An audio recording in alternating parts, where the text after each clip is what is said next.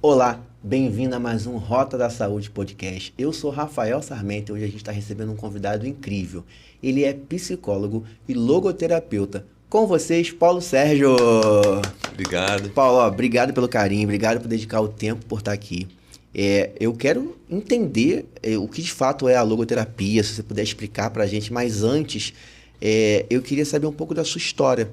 Então, se você puder contar a sua história para a gente, como você foi parar nessa profissão, como você escolheu essa área? Tá. Bom dia. Bom, para eu chegar na psicologia, eu preciso contar um pouco de antes, né? Sim, Assim, sim.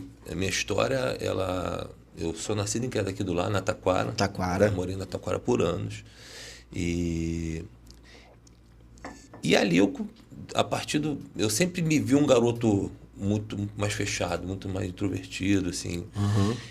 E com o tempo eu buscava a aceitação das pessoas. Porque isso é uma coisa que eu vejo muito claramente na sociedade hoje, essa busca de aceitação. Sim. E ali, pelos meus 11, 12 anos, assim, eu me envolvi numa briga e daquela briga abriram várias portas na minha vida. Portas? Portas, porque Caramba. eu entendi que eu era um cara grande, maior do que a média dos meus colegas, que eu era forte. E eu entendi naquele momento, de forma errada, que através da força eu conseguia respeito. E aí eu me entrei num ritmo de briga. Com licença da palavra, porrada. Caramba. Eu era muito brigão. E o tempo foi passando, a minha adolescência, ali na adolescência, e até o momento que eu conheci, tava numa festa junina, e aí numa barraquinha de pescaria, eu tirei uma garrafa de limão, batida de limão, e eu bebi aquela garrafa toda, com 14 anos de idade. Nossa, novo, né? E aí tem hoje, vão fazer 40 anos que isso aconteceu, eu não lembro quando cheguei em casa até hoje. Não Caramba. lembro quando cheguei em casa. Eu sei que minha mãe me acordou, me batendo, porque eu tinha vomitado a casa toda e eu estava quase morrendo, afogado. Porque eu dormi com o rosto, quase estava com bronco aspirando. Eu quase morri Caramba, afogado. perigo. E assim, aí o tempo passou e no dia seguinte, eu, muito envergonhado do que tinha acontecido, eu, cabeça baixa, quando o primeiro coleguinha falou, pô, tu é muito doido. Aí eu estufei o peito, me senti importante. E aí dali eu comecei a fumar maconha, a briga continuava, as brigas continuavam. E eu entrei em televisão, comecei a trabalhar em televisão, tinha 19 anos. Em televisão, antes de entrar na televisão, eu tinha conhecido a cocaína. E aí, com televisão, não foi por conta da televisão, mas intensificou mais Sim. dentro Você do começou a processo. trabalhar, começou a ganhar dinheiro também. Eu trabalho desde os 13 anos de idade. Eu comecei a trabalhar na Light, fazendo um curso de eletricista, depois de fazer um estágio na Light. Então, Já tinha busca... grana ali para sustentar. Exatamente. Né? E essa busca da aceitação, ela sempre me rodeou de alguma forma. E usando droga cada vez mais. O meu pai era jogador, meu pai jogava compulsivamente. Né? E, para resumir, não ficar muito extenso, assim, aos 24 anos tive o meu primeiro baque. Meu pai era jogador compulsivo, meu pai perdeu tudo e cometeu suicídio. Caramba. Meu pai tentou suicídio por 4 vezes. 3 vezes eu consegui impedir. Na 4ª vez eu estava na televisão trabalhando e eu só recebi uma ligação. Terminou o Bom Dia Rio, 7h15 da manhã, o telefone toca da supervisão. O pai do Paulo está internado. Eu já sabia que ele estava morto. E aí eu saí do Jardim Botânico, vim para o Lourenço Jorge, e eu lembro que eu entrei na geladeira, na sala do necrotério, e aquele gelo, e meu pai cinza. Eu falei, cara, ali é como o vazio que eu tinha, ele aumentou. Caramba. E aí as drogas tomaram conta mesmo. Né? Eu passei a usar todo dia. E em 2001, para ser mais exato, setembro de 2001, no ano de 2001 eu falei assim, cara, eu vou ser o maior traficante do Rio de Janeiro. E eu me envolvi com uma opção de gente. Caramba. E aí em setembro, eu estava usando muita droga, meu aniversário completei 29 anos em setembro de 2001. Eu fiz uma festa, no dia da festa eu não bebi, eu não cheirei, não fiz nada. Quando acabou a festa à noite, eu falei, agora eu vou me presentear. E eu fui para um restaurante que tinha perto da minha casa, bebi, pensei em usar drogas. Eu fechei todos os bares, botequins e sem porta naquele dia. Todos. Eu cheguei em casa às 5h e pouca da manhã. E no dia seguinte eu acordei ressacado, né? E eu liguei a televisão e tava lá a notícia das Torres Gêmeas, do possível acidente. Sim. E eu trabalhava em televisão e eu lembro até hoje quando, acho que foi o Carlos Nascimento, ele apresentando, ele falou assim, agora vocês vão assistir o replay do acidente. E quando eu olhei a imagem, eu vi que não era replay, era um outro avião, que foi o segundo avião. E aí eu comecei dentro de casa a gritar, no vazio, é outro avião, até que ele bateu. Ninguém me escutava. E aqui dentro eu senti uma pancada, que assim, eu costumo falar que aquele dia eu tive foi o que eu chamo de despertar espiritual. Porque quando aquelas torres, elas vieram ao chão, eu senti aqui dentro desmoronar. Caramba! Foi uma dor na alma, eu falo que foi uma dor na alma. E ali eu falei assim, eu conversando comigo, ou eu paro de usar, ou eu vou morrer, ou eu vou ser assassinado, ou eu vou dar um tiro na cabeça. Desse dia até a minha internação... Foi 11 de setembro, né? Desse dia até a minha internação foram 51 dias. Eu me internei no dia 1º de novembro de 2001. Eu fiquei 38 dias internado. E nesses 38 dias eu comecei a olhar para mim. Então, assim, eu estou só por hoje sem usar droga desde o dia 1º de novembro de 2001. Caramba, que vitória. E aí, quando eu saí da internação no dia 8 de dezembro, eu saí assim, eu vou sair de televisão, eu vou trabalhar em outra coisa. Não sabia o que era. Buscar uma outra área. Uma outra área. Mudar um ambiente, né? Sim, e aí esse processo, ele foi, aí em 2002, eu botei a ideia de, vou estudar. O que eu vou fazer? Aí alguns terapeutas da clínica falaram assim, você pode fazer aconselhamento, que é aconselho independência química, ou psicologia, que você vai pegar uma área maior. E eu sempre fui muito preguiçoso para fazer as coisas, mas naquele dia eu me desafiei. Falei, cara, eu vou fazer psicologia. E eu comecei a fazer psicologia. Eu morava na Taquara. Eu acho importante falar isso, né? Assim, porque algumas pessoas falam assim, é complicado, é difícil, tudo é muito complicado, é muito difícil. Sim. A partir do momento que eu decida, eu escolho aquilo para minha vida. E naquele dia eu falei assim, cara, eu vou estudar. Então eu morava na Taquara, trabalhava no Jardim Botânico, estudava em Botafogo. Eu tinha que estar 5 horas da manhã na emissora. Eu moro na Taquara também. Eu tinha que estar 5 horas. O trânsito ali é ótimo. Eu tinha que estar 5 horas na emissora. Então o carro me pegava 4 horas da manhã em casa. Eu ia trabalhava. Sim. Eu saía às vezes 11 ou 1 hora da tarde do trabalho da Globo. E se eu fosse voltar para casa, eu ia dormir e não ia voltar para a faculdade. Sim. Porque em Botafogo, da Taquara para Botafogo é muito mais longe. Complicado. E aí eu ficava na faculdade. Na época, assim, eu quando saí da internação passei a frequentar grupo anônimo, grupo de muita ajuda, que eu frequento até hoje, que é muito importante para mim. E eu ia para o grupo na cidade, assistia a 2 reuniões de meio-dia às 4. Aí eu saía da cidade, ia para Laranjeiras, assistia mais uma reunião de 5 às 6, 6h30, ia para a faculdade. Saía da faculdade 10h30, ia para casa, chegava em casa meia-noite e meia para acordar 3h30 da manhã. E eu fiz isso durante 5 anos. Aquele cara que achava que não ia conseguir por causa de preguiça, eu botei na minha cabeça que assim, não era o uso de drogas que me dizia quem eu era. Era a minha atitude perante o que acontecia na minha vida que me dizia quem eu era. Caramba. E eu levo para a minha vida isso até hoje. E aí em 2000, eu meio que forcei uma barra para sair de televisão, que eles não queriam me mandar embora, né? E aí mandaram embora. Foi criado naquele ambiente, né? Exatamente. Então, assim, eu tinha um conhecimento. Eu assim, sem força modéstia, eu era bom profissional. E quando você entrou novo. Então, tipo, a própria empresa investe em conhecimento. Ela quer que você siga uma carreira, né? Tem um detalhe. Eu saí da Globo em 2007. Muita gente falou assim, pô, tu não vai botar a Globo na justiça? Eu simplesmente falei assim, vocês conhecem a palavra gratidão? Porque quando eu me internei, quem pagou minha internação foi a Globo, cara. Não tem preço isso. Eu poderia ganhar com um processo milhões. Eu poderia estar morto se eles não me ajudassem. Então, assim, eu sou justo com as coisas. Eu sou muito grato às pessoas que me ajudam.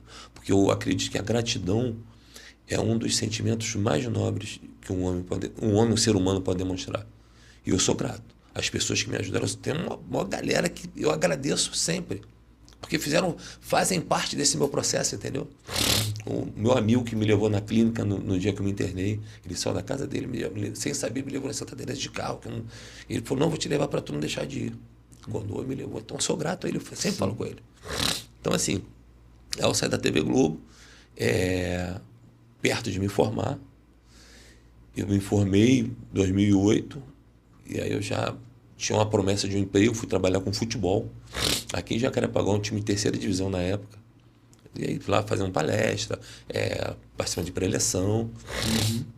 E aí o clube não foi à frente e eu falei, cara, eu preciso manter as contas. Era novo na psicologia. E aí eu fui trabalhar com táxi. Eu dividi a psicologia e o táxi.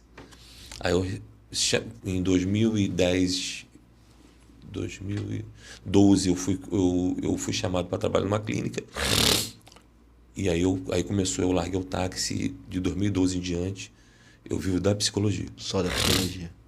Trabalhei em algumas clínicas, assim, voltando um pouquinho, em 2003, eu fiz vários cursos de prevenção da dependência química. Em 2003, na clínica que eu fiquei internado, eu conheci a logoterapia, através do livro Em Busca do Sentido. E aquele livro marcou para mim, foi um marco para mim. Depois de formado, em 2016, começou uma pós-graduação em logoterapia lá na Universidade Católica de Petrópolis. A coordenadora era uma pessoa que foi minha colega de turma na psicologia. E eu fui fazer, me formei com eles em 2018. Então, assim, aí de 2008 em diante começou a minha história na psicologia. Que história. Hoje eu trabalho com dependência química também, né, dentro de outras coisas. Só voltar um pouquinho, que eu acho que isso é uma coisa importante de ser falado. Quando minha mãe estava grávida, eu falo que eu tenho uma missão. Eu falo que Deus me deu uma missão na vida. Quando minha mãe estava grávida, ela foi num lugar religioso. E no local perguntaram para ela assim, a criança tem nome? E minha mãe falou, Paulo. Aí a pessoa falou assim, lá no local, eu falei, coloca Paulo Sérgio. E minha mãe seguiu a sugestão, colocou meu nome é Paulo Sérgio Serpa Pereira. Essa história toda que eu contei. Há 3 anos atrás, 3, 4 anos atrás, eu virei, me lembra aquela história que você foi no lugar, ela me contou isso que eu falei. Eu botei no Google. Você sabe o que significa Sérgio? Não. Sérgio é quem protege, quem cuida. Então, assim, eu faço um link da minha história. Eu não passei pelo que eu passei por um acaso. Não que Deus, que eu acredito em Deus, queria que eu passasse por aquilo. Mas essa experiência, ela faz com que eu ressignifique a vida de outras pessoas. Com certeza. Por isso que eu falo para as pessoas que a minha história é um dos bens mais preciosos que eu tenho. Se algum dia eu ficar com vergonha, já fala, pô, tu não tem vergonha de falar. Vergonha de quê? Eu não tinha de vergonha de ficar na esquina, com o nariz todo entupido, todo mundo vendo. Vou ter vergonha da vida que eu tenho hoje? Não tenho. Jamais. Então, assim, eu uso a minha história no meu trabalho, eu uso minha história para, de alguma forma, dar sentido para a vida de outras pessoas. E isso, de alguma maneira,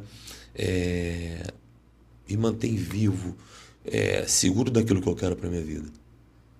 Então, essa é a minha história pessoal, por isso que eu falei que tem um link com a psicologia. Né? Sim. Olha, eu quero saber mais sobre a logoterapia, mas antes eu queria te fazer uma pergunta sobre o que você falou, até para o entendimento que eu acho que tem muito a ver com a psicologia. No momento do atentado lá de 11 de setembro, você falou sobre que você sentia um vazio, que você viu aquilo ali, você estava em casa sozinho. Tem alguma explicação para você sentir aquilo, alguma explicação? E aí eu vou até no sentido técnico da solução.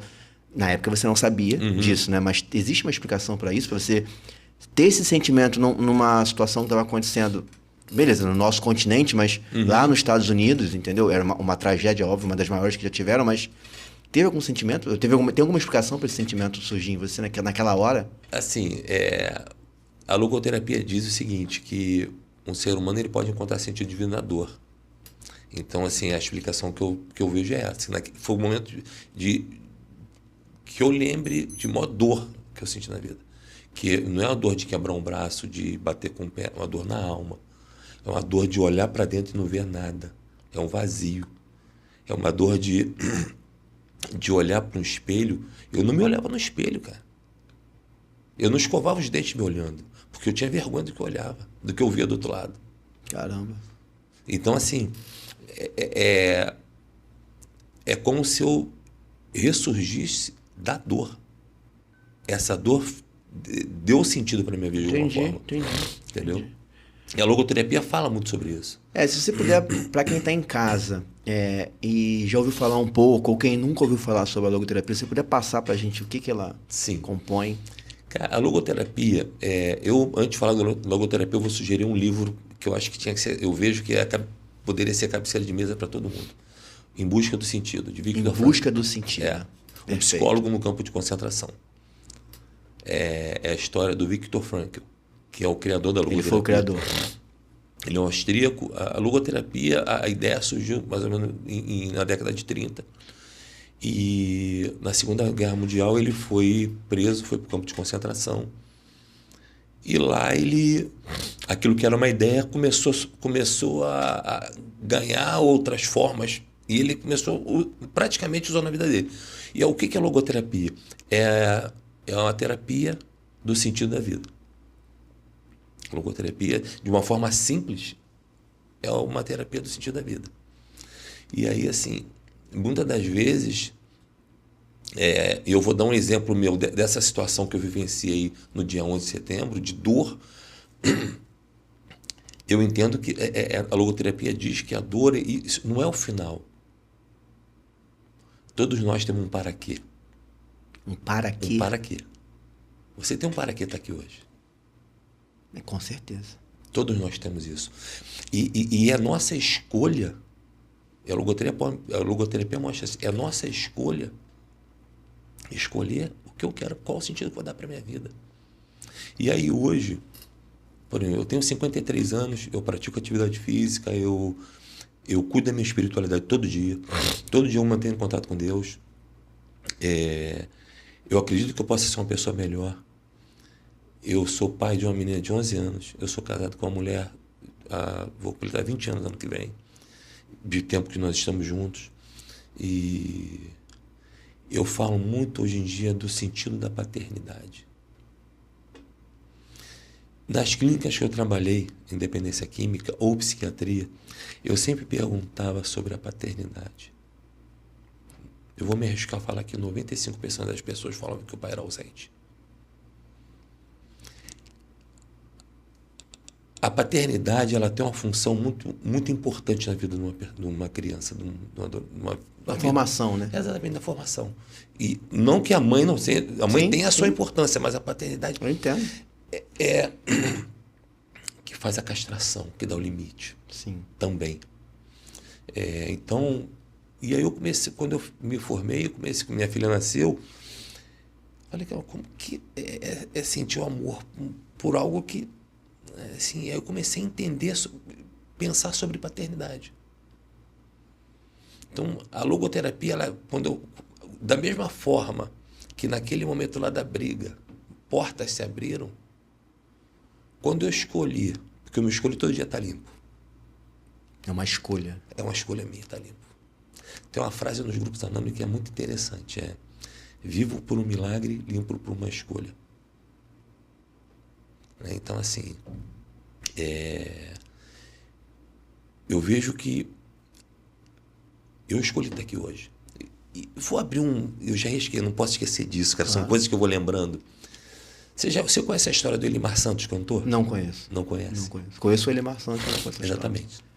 O Elimar Santos, ele pegou o bem que ele tinha, vendeu e investiu num show para ele. E aí ele estourou. Ele vendeu um carro que ele tinha. Por que eu estou falando isso? Porque, como eu estou me escolhendo, esse ano 2026, eu me escolhi mais. Falei, cara, eu vou investir o que eu tenho em mim. E uma coisa que me motivou muito foi a história do Elimar Santos. Da venda do carro dele. E ele fez o show, se eu não me engano, foi no Canecão. E ele estourou ali. Então, assim, eu não sei o que vai sair desse podcast. Mas é um investimento que eu estou fazendo em mim, acredito na pessoa que eu sou, no profissional que eu sou. Exatamente.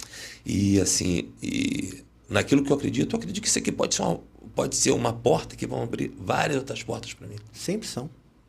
Entendeu? Então, assim, eu acho que são detalhes que eu estou contando aqui, Sim. que pessoas vão nos ouvir e vão assim, pô, mas ele fez... Não, todos nós podemos mudar a nossa história. Eu venho mudando minha história todo dia. É um exercício diário, né? Eu vou completar esse ano e vou completar 25 anos que eu não uso drogas. Nenhum tipo de substância. Eu não bebo, eu não cheiro, eu não fumo nada que altere meu humor. Paulo, você sente vontade? Vontade não vai dar em poste. Vontade não vai dar na minha mãe que nunca usou. Yeah. Vontade vai dar em mim. Mas me ensinaram a criar ferramentas para lidar com esses momentos. Sim. Então, assim, eu procuro estar vigilante 24 horas. Porque as pessoas que eu atendo falam para mim o seguinte: o momento que vocês precisam ter mais atenção é quando está tudo muito bem. Porque quando está tudo muito bem, é a guarda baixa. Pô, estou relaxado. Yeah. É nesse momento que eu tenho que ter mais atenção. E eu faço isso com a minha vida. Quando está tudo muito tranquilo, eu falo, cara, pô, essa hora que eu tenho que ter mais atenção. Porque se eu não tomar cuidado, é capaz de eu mesmo me sabotar. Porque a vida oferece várias coisas. Sim. Não é comum o ser humano essa sabotagem partir dele mesmo? Se auto-sabotar? Eu vejo que sim, na maioria das vezes sim. E aí a gente entraria em um assunto que vai fugir um pouco do que... Aí não, claro. Mas quem sabe numa próxima a gente pode falar sobre isso. Mas assim... voltando um pouco para a pergunta da logoterapia, né? Assim, a logoterapia, ela deu um sentido para a minha vida. Porque ela fala sobre sentido de vida. A logoterapia deu um sentido para a minha vida. Então, eu gosto do que eu faço, eu trabalho com o que eu gosto. Eu adoro ajudar pessoas.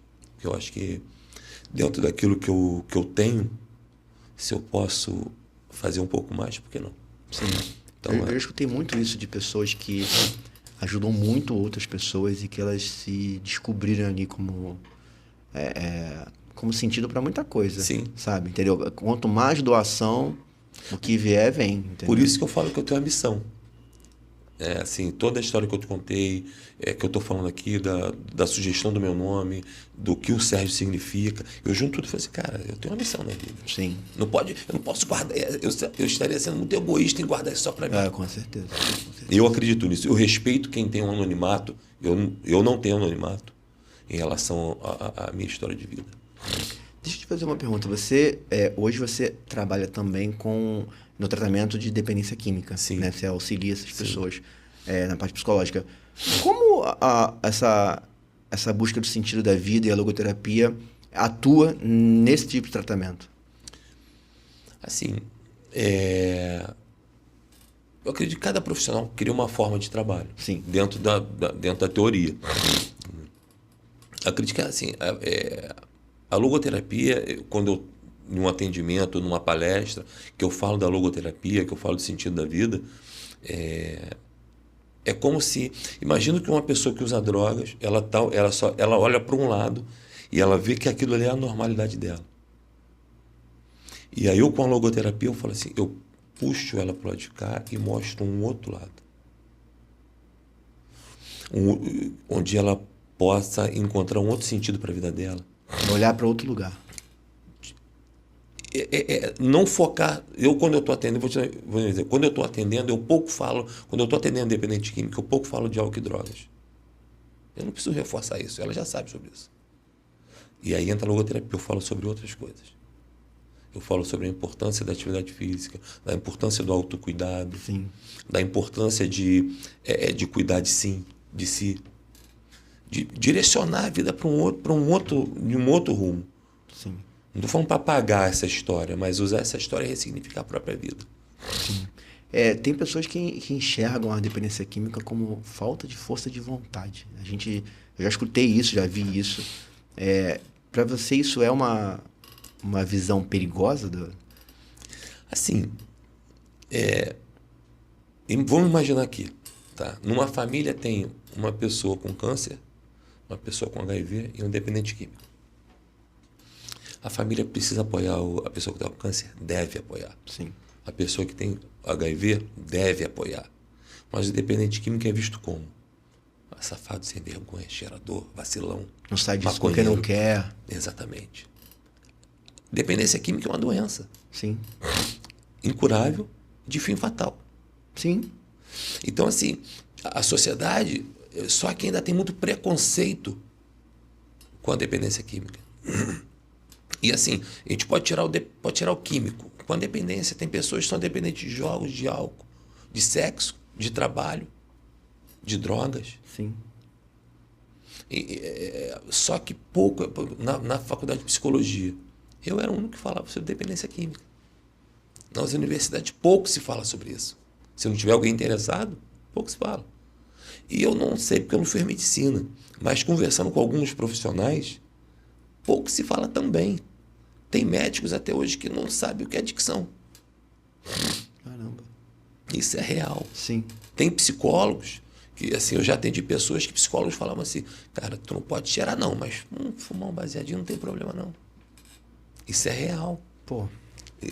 Assim, a gente olha, pô, mas é um profissional dentro daquilo que aquela pessoa entende, porque o que a sociedade faz? Ela divide as drogas. Maconha é uma droga leve, cocaína é uma droga perigosa, o crack, então.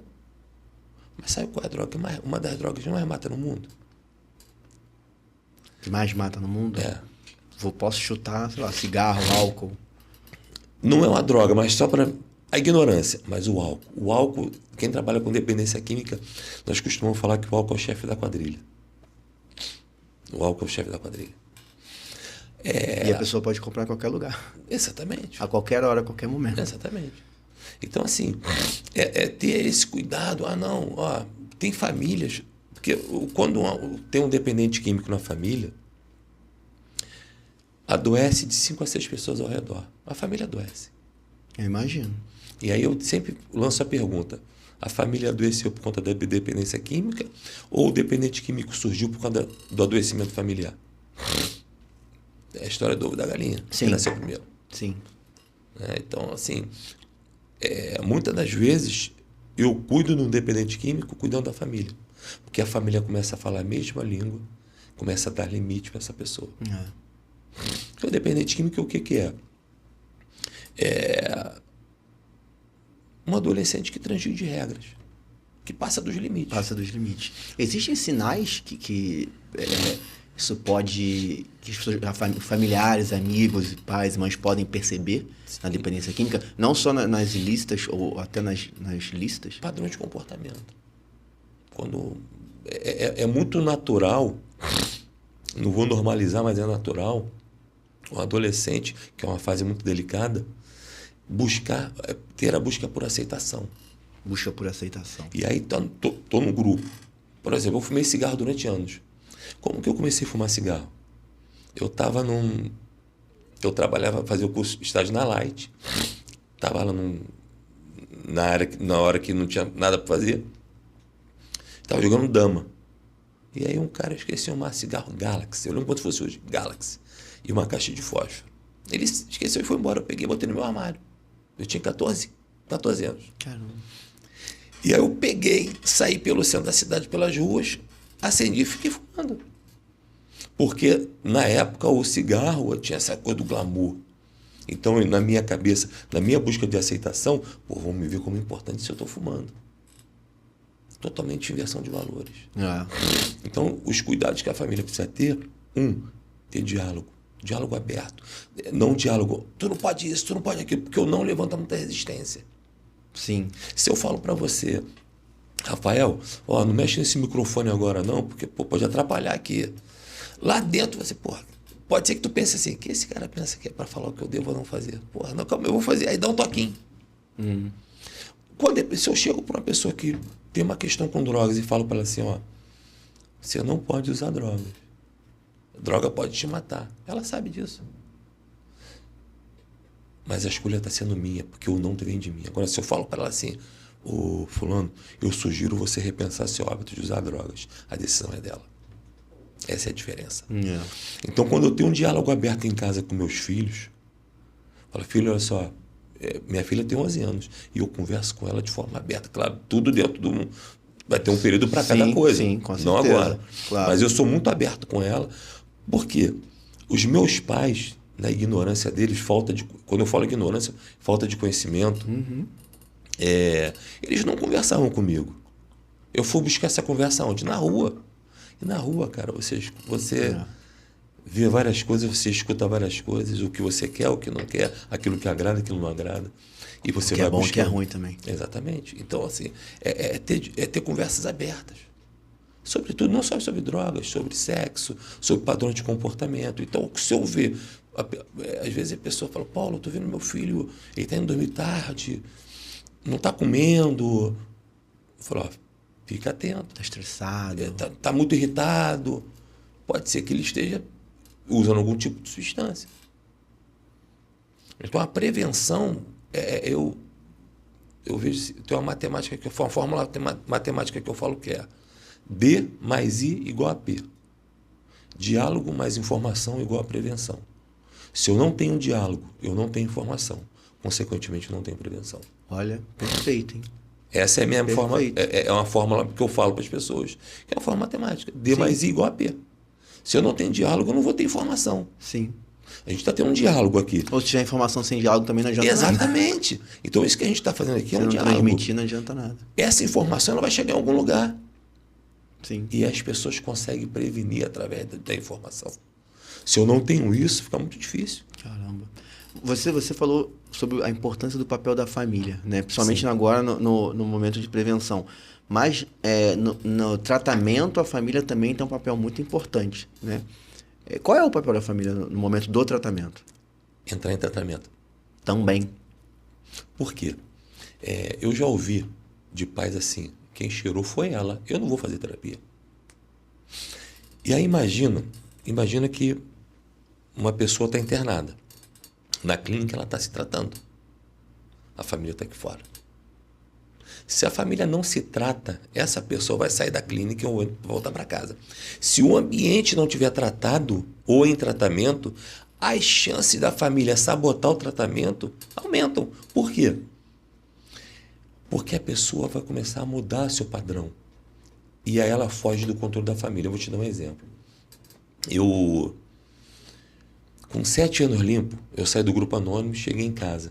Eu subindo a escada da minha casa, eu tropecei na escada. Aí a minha mãe, tá tudo bem, Paulinho? Aquele tropeção de escada voltou a ela lá atrás no tempo. Não, na cabeça dela, pô, tá tudo bem? O tá tudo bem será que ele voltou a usar?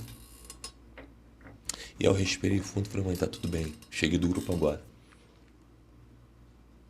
Em outro momento, uma pessoa próxima a mim, ela falou assim, estava jogando futebol, ela falou, um parente meu, numa discussão de futebol, falou, vai lá, eu sou cheirador de pó. Aí eu parei, olhei, sorri e falei, cara, já se passaram 13 anos, eu já saí da TV Globo, estou trabalhando em psicologia, tu ainda está lá em 2001. Aí ela parou assim, não, desculpa. Eu vejo isso como sabotagem. Porque eles não se trataram, e eu não julgo, não. Eu escolhi me tratar. É aquilo que eu falei da escolha. Eu estou escolhendo me tratar. Então a família, quando a família não busca tratamento para si, ela não vai entender a situação do... Uma mãe me ligou no carnaval de 2025, falou assim, Paulo, estou preocupada porque meu filho... ele sentiu vontade de usar drogas. Ele já estava limpo há algum tempo. Aí eu falei, caramba, seu filho sentiu vontade? Pô, então vamos agradecer a Deus, pô. Aí ela, Paulo, tu tá debochando? Eu falei, não, estou falando sério. Ele está vivo, ele está sentindo. Entre sentir e usar tem uma distância enorme. Sim. Ele não está falando que vai usar. É uma decisão. Ele não está falando que ele vai usar. Ele só falou para você que ele sentiu vontade. Enquanto eu sinto vontade, eu já senti vontade várias vezes e não usei. Tem um hiato aí. Aí, nesse hiato, entra escolha. No hiato, entra escolha. Entre sentir vontade de usar, tem a escolha. Eu posso pedir ajuda, eu posso fazer uma oração, eu posso fazer qualquer coisa. Mas eu não preciso usar. Não vai melhorar a minha vida. Então, quando a família se trata, ela não pega isso como um absurdo. Ela vai entender que sentir é uma coisa. Usar é outra. Porque a família se torna codependente. e estabelece um padrão de comportamento codependente, o que não é bom para nenhum deles. Por isso que eu vejo que a melhor forma da família fazer é se tratando. E tem família, eu atendo famílias que o ente querido não parou de usar, mas eles estão se tratando. E consegue dar limite para essa pessoa. Caramba. Deixa eu fazer uma pergunta sobre a logoterapia. Esse sentimento de vazio espiritual, ele é tratado pela logoterapia? Vazio existencial. Existencial, sim, isso. Sim. Porque a logoterapia, assim, o vazio existencial, eu vou dar exemplos falando um pouco da minha história. Porque eu acho que é um exemplo claro. Por exemplo, hoje, eu olhando para a minha história lá atrás, quando eu olhava para mim e falava, cara, eu sentia um buraco aqui dentro. E aí eu ia usar. Era aquele prazer imediato e o buraco aumentava. O que a logoterapia me mostra? Que esse vazio existencial não diz quem eu sou. Eu posso preencher ele de outras formas. Como que eu preencho minha vida hoje? Eu acordo 4h30 da manhã, vou para a academia às 5 horas, vou para o jiu-jitsu, começo a atender, atendo até tarde, sei lá, se for segunda, quarta, sexta, levo minha filha para o jiu-jitsu, volto para casa, atendo mais alguém, boto minha filha para dormir e no dia seguinte a mesma coisa. Eu tenho uma rotina. Eu tenho uma rotina. Então, essa rotina, ela não me permite a dar brecha para esse vazio, porque o vazio existencial está aqui comigo. Ele não foi embora, mas eu preenchi ele de formas saudáveis. E eu criei ferramentas para lidar com esse vazio. Você alimentou ele, ou alimenta ele. Exatamente, de forma saudável. Então, eu vejo que, assim, eu sempre falo para as pessoas que a terapia é importante. Prática de atividade física é muito importante. Cuidar da espiritualidade, não precisa nem dizer. Então, criar rotina para ter uma vida mais saudável, uma vida melhor. Então, a logoterapia, olhando para o vazio existencial, ela não me fala que eu estou curado da maneira como eu vejo. Ela não me diz que eu estou curado do vazio existencial. Mas ela me mostra que eu posso ser uma pessoa melhor mesmo com o vazio existencial. E as pessoas conseguem, elas por si, identificar isso e entender a diferença do que é uma tristeza do dia a dia, uma coisa mais corriqueira do que... Ou entender que ela está sentindo um vazio, que precisa de uma ajuda profissional? As pessoas conseguem identificar? Existe alguma forma da pessoa identificar? Assim, eu vejo que nós, de alguma forma, a gente se conhece de alguma maneira. Então, por exemplo, em relação à tristeza, eu vou falar em relação vou botar para o lado de sentimentos. Uhum. Nós não somos criados a identificar sentimentos. Sim. Nós não somos... Eu pelo menos não conheço família que dê nome aos sentimentos de uma forma clara. Sim. Então, muitas das vezes a pessoa fala, estou triste, estou com raiva. Nós somos ensinados que sentir medo é ruim. Sim. Sentir medo não é ruim. O sentir medo me protege de muitas coisas. Aquele filme Divertidamente fala sobre isso. Exatamente. Então, nós fomos, ainda mais o homem é criado de uma maneira de assim, tipo, você não pode chorar, você tem que ser forte. Por que eu não posso chorar? Eu aqui agora falando contigo, olhei para a história e me emocionei, por que eu não posso chorar? O choro é uma demonstração de uma emoção. E não quer dizer que eu esteja triste. Sim. Então, e aí, a gente volta para a sociedade, a questão do pré-julgamento. Eu já falo já há alguns anos, minha esposa, ela é testemunha disso, que a sociedade, na minha opinião, está muito adoecida. Eu imagino. Eu vou te dar um exemplo. Veio a pandemia. Como que eu vejo? Antes da pandemia, eu já falava que a sociedade era adoecida. Sabe quando era criança e caía, que ralava o joelho, que era aquela casca? Sim. Que aí depois tu esbarrava, sangrava muito? Sim. Não pode tirar a casquinha, porque senão vai sangrar de novo. A sociedade estava com essa casca. Veio a pandemia e tirou a casca. E mostrou a sociedade adoecida. Então, eu vejo que a sociedade é muito adoecida. As pessoas que... Claro, tem tristeza. Agora, aquela tristeza que me impede de fazer um movimento, me impede de sair de casa, que a luz do sol me incomoda, eu preciso ter atenção, porque já está acompanhando a depressão. Você precisa ter esse senso para perceber. Exatamente. Ou, o que me acontece muito, a família não fala. Por exemplo, o índice de suicídio entre jovens é muito alto. Mas não se fala sobre isso. Quando que a sociedade fala mais sobre suicídio? Setembro Amarelo. Sim. Alguns anos atrás, Santo Inácio, Zona Sul do Rio de Janeiro. 2 adolescentes se suicidaram. 13 anos. Mas tem uma explicação para isso ser pouco falado, assim? Assim, eu não entendo até hoje porque não pode ser falado. Pode ser veiculado, né? Exatamente. Porque dizem assim, não, se falar, as pessoas vão ter ideia. Não, dá um Google. Tá tudo ali. Sim. Então, assim, esse não vou falar que é uma briga, mas é um pensamento meu. Sim. O suicídio é um ato. Aconteceu. Como que eu previno o suicídio? Falando daquilo que não é falado. Aí entra D mais I igual a P. Exatamente. Porque, por exemplo, meu pai era jogador compulsivo. O que levou ele ao suicídio? Quando ele entrou em depressão. O vazio tomou conta. Meu pai já não trabalhava mais. Devia uma opção de gente. Só que na época, a minha família, nós éramos muito ignorantes. Entendia o que, pô, isso é falta de vergonha na cara. Levanta e vai trabalhar. Porque é isso que a sociedade diz. Eu não entendia que meu pai estava doente. Hoje, às vezes a pessoa fala para mim assim, pô, meu filho, tá lá, não quer fazer nada, só quer ficar no quarto deitado. Eu falei, cara, procura ajuda. Isso é um sinal que ele está te dando que ele não está bem.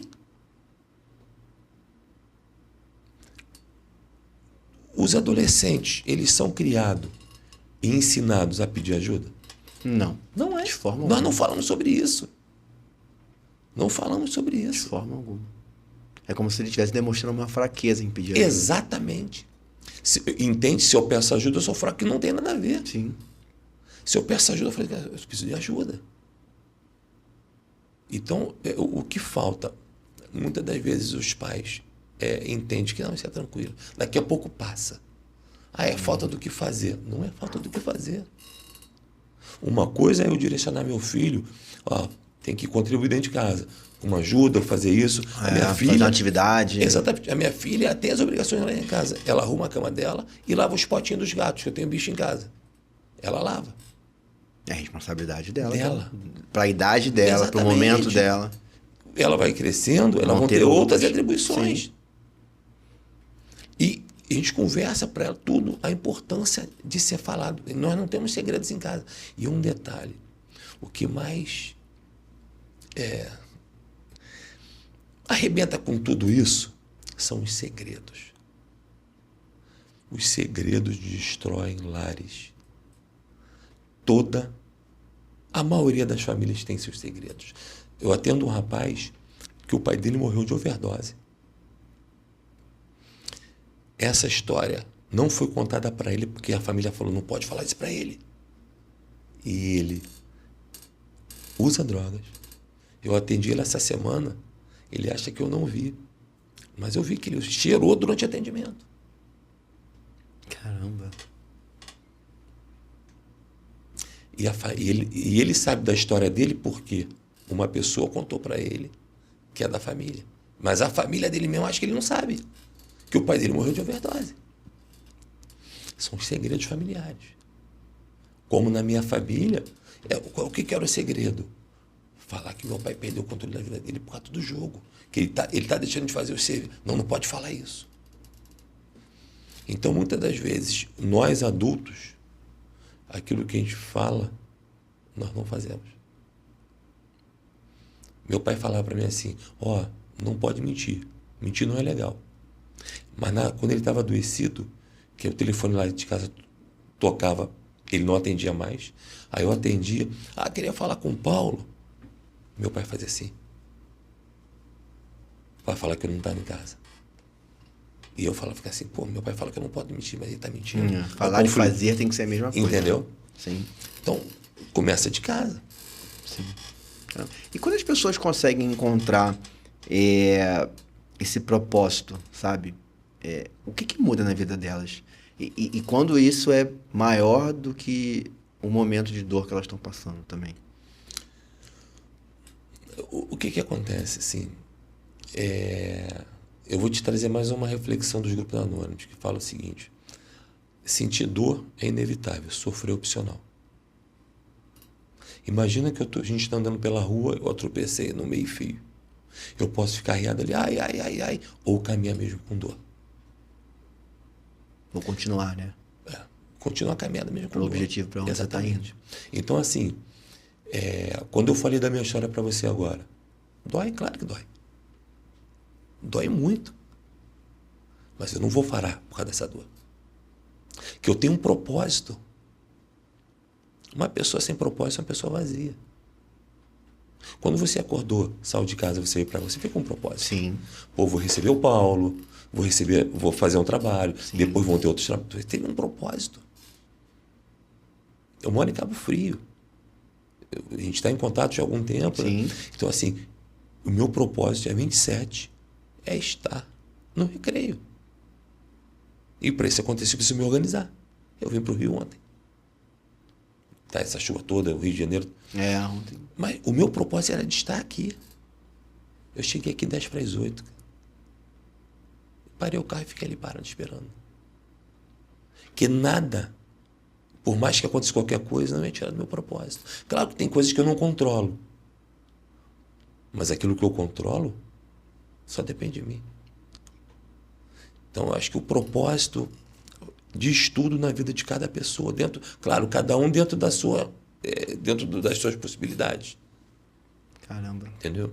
Que profissão muito bonita essa que você tem. Eu amo o que eu faço, cara. Que profissão bonita. Eu amo o que eu faço. Você trabalha também com palestra? Sim, sim. Porque se não trabalhar, você vai falar assim, pelo amor de Deus. Eu tenho um... depois até te mando pelo WhatsApp. Claro. Um planejamento de palestra mensal. Que tem Outubro Rosa, sim, Novembro Azul, sim, Setembro Amarelo. Então eu tenho uma palestra para cada mês devido com determinada cor. Que legal. Eu criei isso para mim. Que legal. E agora, assim, eu vou fazer uma propaganda minha. Claro, por favor. Eu estou criando um e-book. Que legal. A minha ideia é de lançar um livro da minha história. Então, é aquilo que eu falei no início. Por isso que eu dei o exemplo do Elimar Santos. O que eu tenho, eu estou investindo em mim. E eu tenho certeza que vai dar certo. Na verdade, já deu certo. Eu só estou deixando Deus agir. Exatamente. Já deu certo. Exatamente. Deu certo quando eu me escolhi lá atrás, cara. Exatamente. Então, assim, só depende de mim. Caramba. E esse trabalho que você faz, além do atendimento clínico, o atendimento clínico que você faz hoje, ele é online também? É online. É online. E atende pessoas do Brasil inteiro? Sim. Se tiver até fora do Brasil... Eu atendo pessoas que estão fora do Brasil também. Estão fora do Brasil também. Sim. Eu tenho mais perguntas para te fazer, mas eu quero aproveitar esse momento para perguntar como é que as pessoas fazem para te achar, e tanto os familiares quanto as pessoas que já entenderam que precisam de ajuda. Tá. O meu Instagram é Paulo Serpa, logoterapeuta. Paulo Serpa, com S, logoterapeuta. Tudo junto? Tudo junto. Beleza. Tá. O meu telefone é o 21 999 01 2451. Tá, perfeito. Eu coloco sempre na descrição também do programa. E aí as pessoas vão me procurar no Instagram, mandar mensagem no direct, ou pôr mensagem, e eu respondo, eu não deixo de responder. Perfeito. De atendimento online. Então, da onde você estiver, sim, você pode mandar mensagem. Palestra, e aí eu rodo o Brasil, sim. Para onde for. Eu trabalho, você falou de palestra, assim, eu trabalho muito com palestras. Ano passado eu fiz um ciclo de palestra na construção civil. Por áreas, né? Porque, por exemplo, é uma construtora que tem lá, as pessoas trabalham para elas fazendo apartamento, prédio. Sim. Essas pessoas, elas trabalham sobre sol, chuva, calor, cimento na cara, carregando peso, pressão. Tempo. E aí eu fui lá e teve uma das obras que teve um rapaz no final que falou, pô, tu me dá um minutinho. Eu falei, cara, eu te dou o tempo que você quiser. E aí a gerente lá da obra, a engenheira, falou, não, fui para a salinha dela, fiquei 40 minutos conversando com o cara. Eu tenho certeza que eu saí dali melhor e ele também. Porque nas minhas palestras, voltado para prevenção, geralmente para prevenção, eu sempre me pergunto assim, em algum momento, será que alguém aqui pensou que a morte seria o caminho mais rápido? Porque se tu reunir 40 pessoas e fizer essa pergunta, eu me arrisco a dizer que pelo menos uns 10% vão falar assim, cara, em algum momento eu pensei que morrer era o caminho mais rápido. Quando eu trabalhava em clínica, chegavam muitas pessoas de tentativa de suicídio.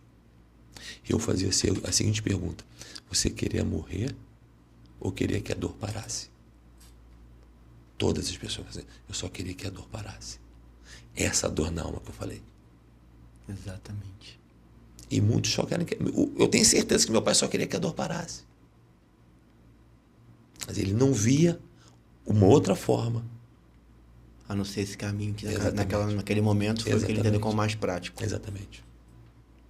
Caramba. É comum do ser humano ter esse comportamento de querer resolver ou se livrar e por uma coisa mais prática. Às vezes tem outra coisa, tem uma dor afetando ele acaba querendo para um caminho mais prático. Cara, assim, sem ter um tratamento adequado. Assim, eu não posso te afirmar que seria comum, tá? Mas pela minha experiência com diversas pessoas que eu já tive contato, já teve gente que falou assim, pô, Paulo, eu não pensei em me matar, mas eu pensei assim, pô, se eu não perder a direção e me pegar, tá tudo bem. Não fui eu que me matei.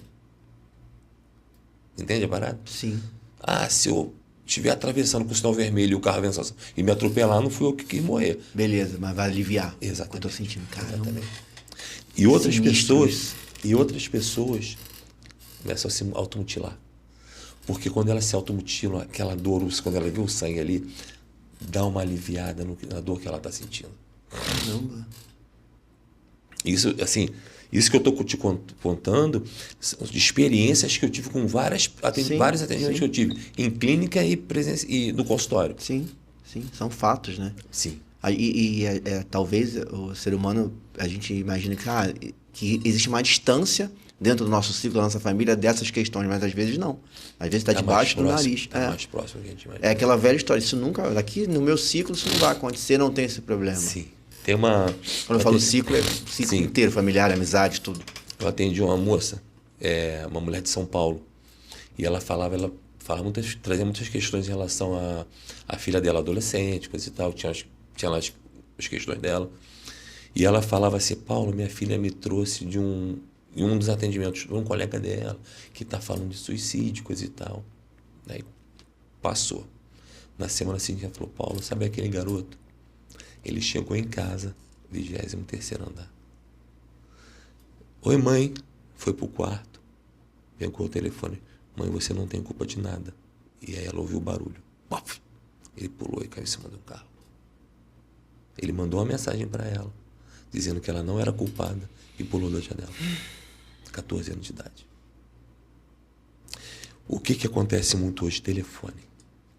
As famílias não conversam como a gente está conversando.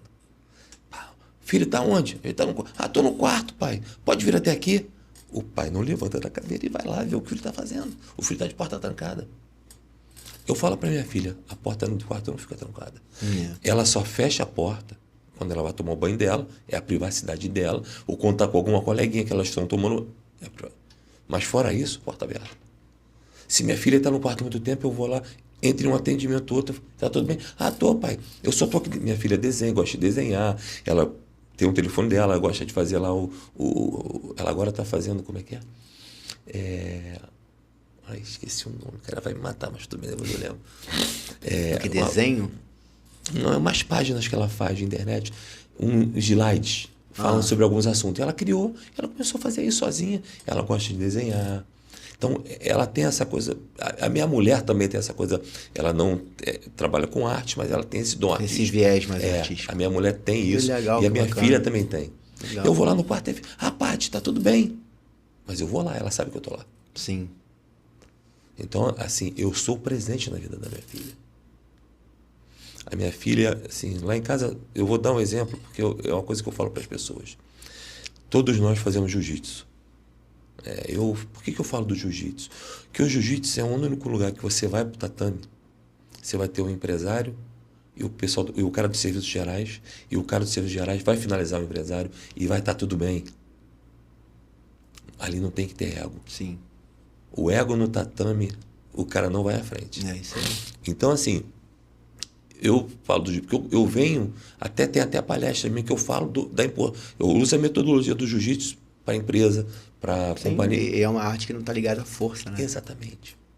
É um esporte que não está ligado à força. E assim, não que a força não seja importante, Sim. mas a técnica. Exatamente. Tem pessoas que falam, não sou dessa época, que lá atrás as pessoas, o melhor treino era quando estava todo mundo cansado, que aí era técnica. Era só técnica. Sim. Então, assim, então a minha filha, ela faz juiz desde os 3 anos de idade. Desde os 3? Desde os 3 anos de 3, 4 anos de idade. Ela vê a mãe dela fazendo atividade física. Ela me vê fazendo atividade física. Nós somos muito presentes, a gente conversa tudo com a nossa filha. O nosso telefone é aberto. Minha filha não tem senha de telefone. Porque tudo que acontece com ela, ela traz pra gente. Aconteceu isso eu não gostei, eu saí desse grupo aqui. Grupo de escola, por exemplo. Aconteceu isso, falaram mal de um coleguinha meu, eu não quero fazer parte disso. E ela nos mostra. E, tá bom, filha, e vida que segue.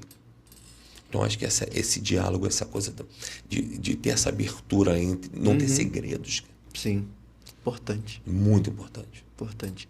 Eu queria te pedir um grande favor para quem está em casa assistindo a gente, quem seja um familiar ou uma pessoa que esteja passando por um momento que talvez ainda não tenha percebido que precisa de ajuda ou já tenha percebido.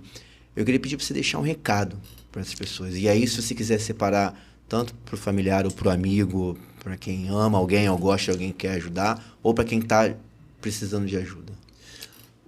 Assim, eu costumo falar o seguinte: seja um amigo, um pai, uma mãe, uma esposa, um marido, um filho, se entende que tem algo acontecendo, que você não consegue, pede ajuda, procura ajuda profissional.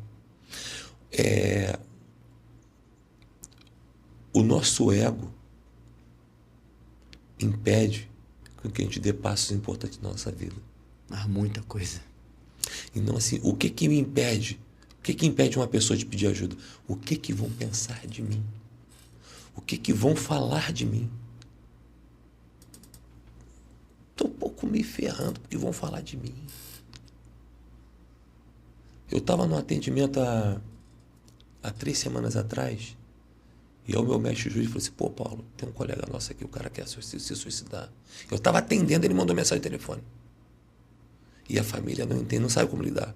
Eu no atendimento, a pessoa já atendeu ela há um tempo, eu pedi licença, ela expliquei a situação e fui fazer o que tinha que fazer. Então, e não é meu parente. Não foi cobrado, eu não fiz isso por dinheiro. Eu entendo que se eu coloco material na frente do espiritual, não funciona. Exatamente. A família às vezes fica preso, ou presa, o que eu fazer? Pede ajuda. Grita, pede socorro. Se eu não falo daquilo que está acontecendo, eu guardo para mim. Imagina, já viu aquela história? Um ponto preto numa parede branca.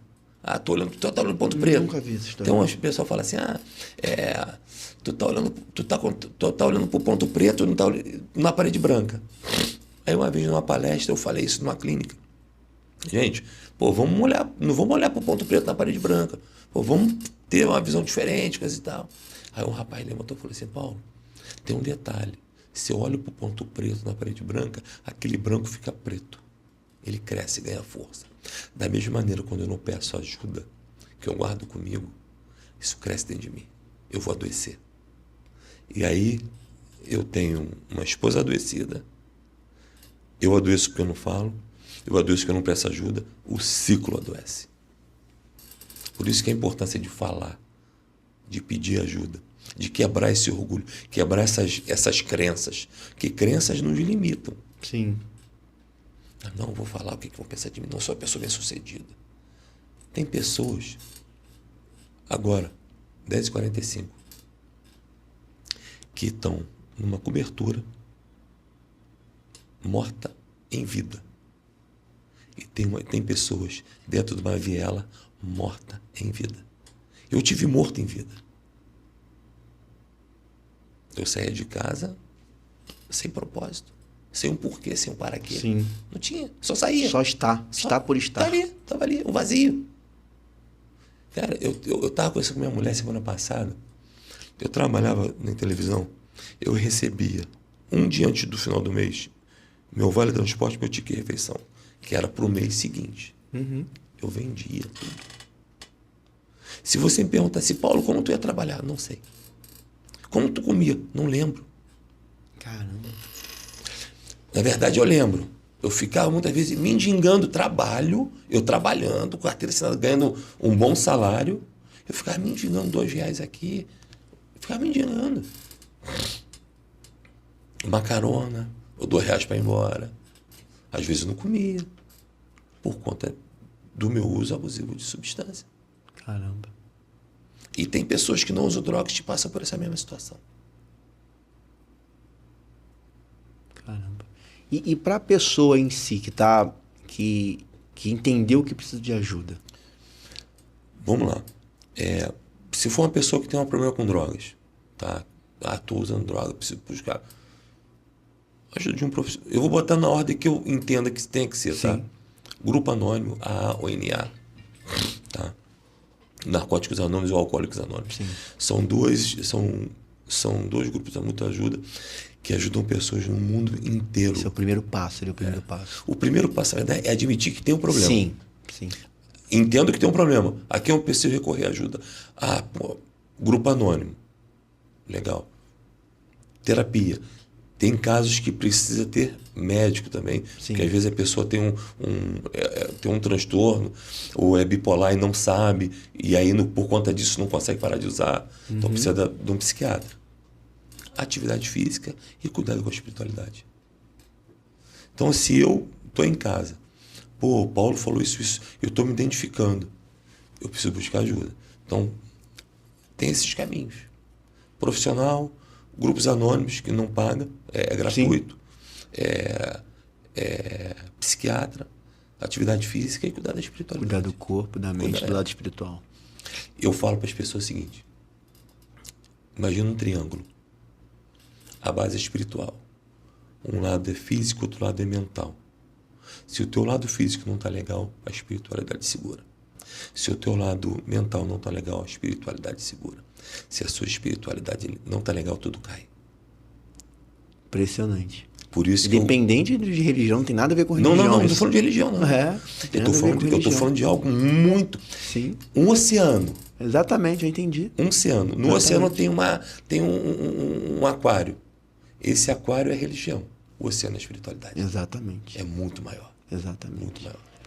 Olha, eu fiquei muito feliz de conhecer, Paulo, de verdade, assim. Obrigado. Parabéns pelo seu trabalho. De verdade, eu desejo muito que tenhamos aí milhões de Paulos pelo Brasil para ajudar muitas pessoas também. Cara, que bom. Parabéns. Tem muitas pessoas que fazem isso, que ajudam muita gente. Eu sei, eu conheço muitas pessoas com esse propósito.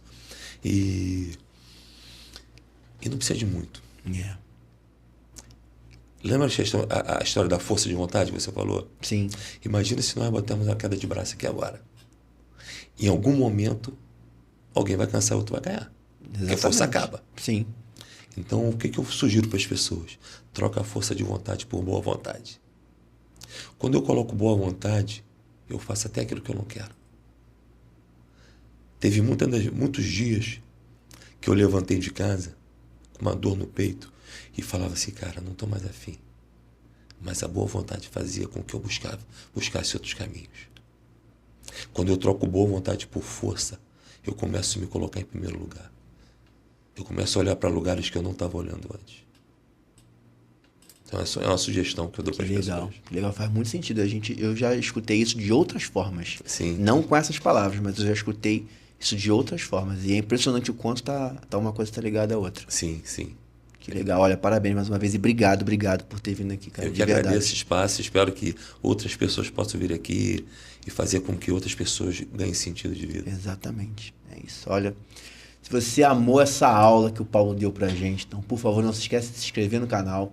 Não se esqueça de seguir o Paulo também nas redes sociais. Qualquer situação que você precise de ajuda, manda uma mensagem para ele lá no Instagram ou no WhatsApp. Perfeito? Esse foi mais um Rota da Saúde e até o próximo. Tchau, tchau!